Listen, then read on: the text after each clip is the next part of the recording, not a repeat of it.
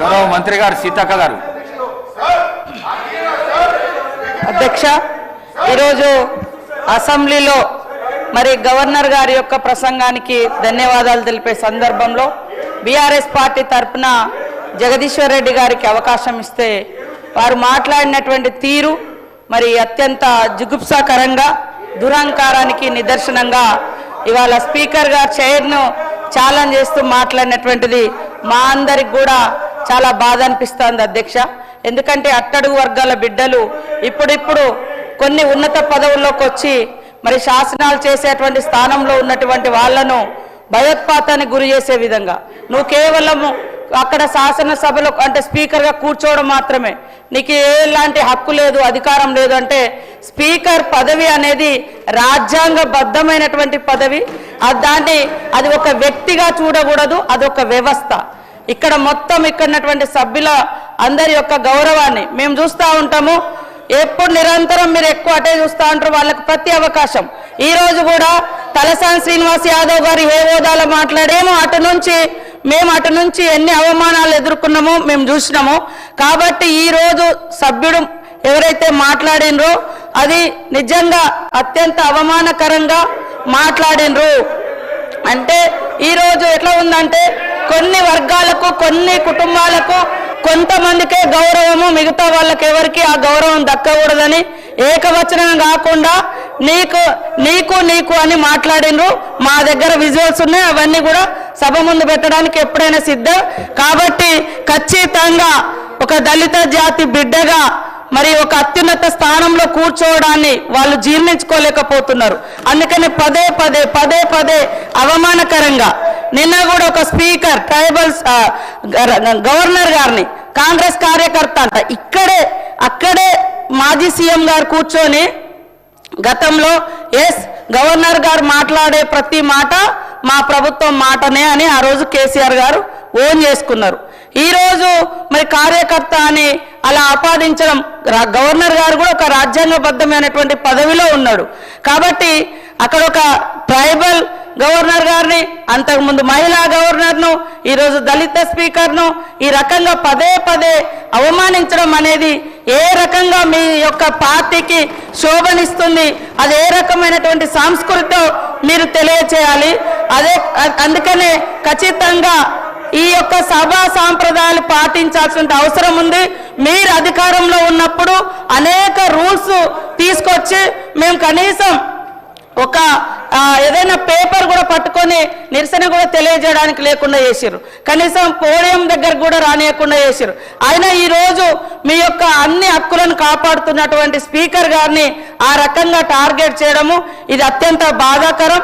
కాబట్టి సంబంధిత సభ్యుడిని సభ్యత్వం రద్దు చేయాల్సిందిగా శాసనసభ నుంచి ప్రతిపాదించడం జరుగుతా ఉంది. గౌరవ మంత్రి గారు ఉత్తమ్ కుమార్ రెడ్డి గారు. స్పీకర్ సార్, సభకు సహకరించండి, చాలా బిజినెస్ ఉన్నది, సభ్యులు మాట్లాడవలసిన అవసరం ఉన్నది. లేదంటే లేదు సహకరించమంటే చర్యలు తీసుకోవాల్సిన అవసరం వస్తుంది. దయచేసి మాట్లాడండి సార్. స్పీకర్ సార్, భారతదేశంలో మన పార్లమెంటరీ డెమోక్రసీ వ్యవస్థలో పార్లమెంట్లో కానీ శాసనసభల్లో కానీ the word or ruling or the authority of the speaker is supreme. దాన్ని క్వశ్చన్ చేయడానికి ఎవరికి అధికారం లేదు. ఈ సాంప్రదాయంతోనే భారతదేశంలో మన పార్లమెంట్ వ్యవస్థ కానీ మన అసెంబ్లీలు నడుస్తున్నాయి. మరి ఈరోజు ఉదయం శాసనసభలో జరిగిన తీరు చాలా దురదృష్టకరం. నేను తీవ్రంగా ఖండిస్తున్నాను. మరి ఒక దళిత కమ్యూనిటీని చెందిన ఒక సీనియర్ నాయకుడు స్పీకర్ హోదాలో ఉన్నప్పుడు వారిపై ఒక అహంకార ధోరణితో అదేవిధంగా కొంత ఇన్సల్ట్ చేసే విధంగా ఏ మెంబర్ మాట్లాడినా అది సహించడాన్ని చెప్పి మనం చేస్తున్నాను. మీకు నేను గత శాసనసభ గురించి గుర్తు చేస్తాను స్పీకర్ గారు. ఆ రోజు వాళ్ళు అధికారంలో ఉన్నప్పుడు గవర్నర్ ప్రసంగం అప్పుడు ఇద్దరు సభ్యులు కోమటిరెడ్డి వెంకటరెడ్డి గారు, సంపత్ గారు, గవర్నర్ ప్రసంగం అప్పుడు అమర్యాదగా ఉన్నారని చెప్పి కేవలం ఆ కారణంతో వాళ్ళ సభ్యత్వమే రద్దు చేయబడింది. నేను అదేవిధంగా పార్లమెంట్లో కూడా నేను పార్లమెంట్ ఎథిక్స్ కమిటీ మెంబర్ ఉంటిని. పార్లమెంట్లో కూడా అన్బికమింగ్ బిహేవియర్ కింద పోయిన పార్లమెంట్ టెన్యూర్లోనే ఒక టీఎంసీ సభ్యురాలి సభ్యత్వం రద్దు చేయబడింది. ఈరోజు ఉదయం ఇది చాలా బాధాకరమైన విషయం. ఇట్స్ అన్ ఎక్స్ట్రీమ్లీ అన్ఫార్చునేట్ విషయం. ఏకవచనంతో మిమ్మల్ని ఉద్దేశించి మాట్లాడుతూ అదేవిధంగా మీకు ఏం అధికారం ఉంది, మీరు మిమ్మల్ని ఒక స్పీకర్ వ్యవస్థని, ఒక శాసనసభ వ్యవస్థని, ఒక పార్లమెంటరీ డెమోక్రసీ వ్యవస్థని ఇన్సల్ట్ చేసే విధంగా, అవహేళన చేసే విధంగా మాట్లాడిన వారిపై కఠిన చర్యలు తీసుకోవాలని చెప్పి అదేవిధంగా మరి చర్యలు తీసుకుంటూ ఈ విషయాన్ని అసెంబ్లీ ఎథిక్స్ కమిటీకి రెఫర్ చేసి ఫర్దర్ యాక్షన్లో ప్రొసీడ్ కావాలని చెప్పి నేను సవినయంగా మనవి చేస్తున్నాను. అధ్యక్ష, ధన్యవాదాలు.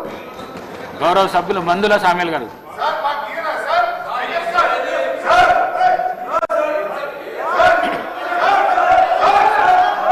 గౌరవ స్పీకర్ గారికి ధన్యవాదాలు.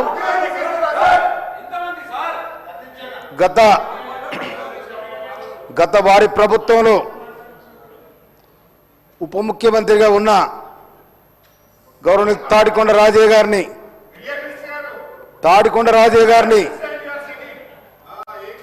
బర్తరపు ఎందుకు చేసిరో వాళ్ళు చెప్పాలి. ఎందుకు అకారణం, దానికి కారణం ఇంతవరకు చెప్పలే. నిండు సభలో మీరు ఆనాడు మంత్రులు ఉన్నారు, బర్తరపు ఎందుకు చేసిరో చెప్పాలి. ఆయన ఏం తప్పు చేసిండో కూడా మీరు ఇంతవరకు చెప్పలే. నిర్దొందనగానే బర్తరపు చేశారు. ఆ తర్వాత కొప్రైశ్వర్ గారు మినిస్టర్ ఉంటే ఆయన మీరు అవమానపరిచారు. ఈ విధంగా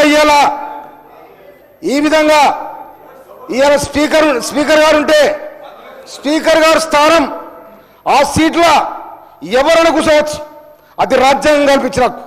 కానీ ఇవాళ ఒక దళిత స్పీకర్ ఉండని చెప్పి అంత హీనంగా మాట్లాడు ఏందండి ఇది? అందుకోసం ఆ సభ్యులు ఎవరైతే ప్రవర్తించారో ఆ సభ్యులు నిర్దోషంగా సభ్యత కట్ చేయాలని మనం చేస్తా ఉంటాం. Thank you. గౌరవ డిప్యూటీ సీఎం బట్టి విక్రమార్క గారు.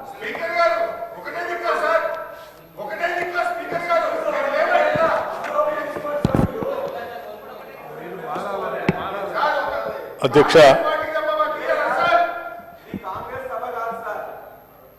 దయచేసి మన అందరం కూడా ఈ సభా మర్యాదను కాపాడుకోవాల్సిన అవసరం ఉంది. అధ్యక్ష, సభాపతిగా ఉన్న మిమ్మల్ని గౌరవించాల్సిన బాధ్యత కూడా ఈ సభలో ఉన్న ప్రతి సభ్యుడి పైన ఉంది. అధ్యక్ష, ఈ సభ ప్రజాస్వామ్యానికి అత్యున్నతమైనటువంటి వ్యవహారాలు ప్రజల తరఫున మాట్లాడేటువంటి సభ. అధ్యక్ష, ఇది ప్రజాస్వామ్యానికి దేవాలయం లాంటిది. ఇటువంటి ఉన్నతమైనటువంటి సభలో ఈ సభ నడపటానికి సభాపతిగా మీరు అక్కడ కూర్చొని ఈ సభలను నియంత్రిస్తూ ఆర్డర్లో పెడుతూ సభను నడిపేటువంటి పూర్తి సర్వ హక్కులు భారత రాజ్యాంగం మీకు కల్పించింది. అధ్యక్ష, ఆ వేదిక పై నుండి అనేక మంది మహానుభావులు, గొప్ప గొప్ప వ్యక్తులు అక్కడ కూర్చొని ఈ రాష్ట్రంలో, ఆనాడు ఉమ్మడి రాష్ట్రంలో కూడా ప్రజాస్వామ్యాన్ని కాపాడటం కోసం వారు ఇచ్చినటువంటి నిర్ణయాలు సభ మొత్తం అంగీకరించి వాటిని ముందు తీసుకుపోయినటువంటి ఉదంతాలు కూడా ఉన్నాయి. అధ్యక్ష,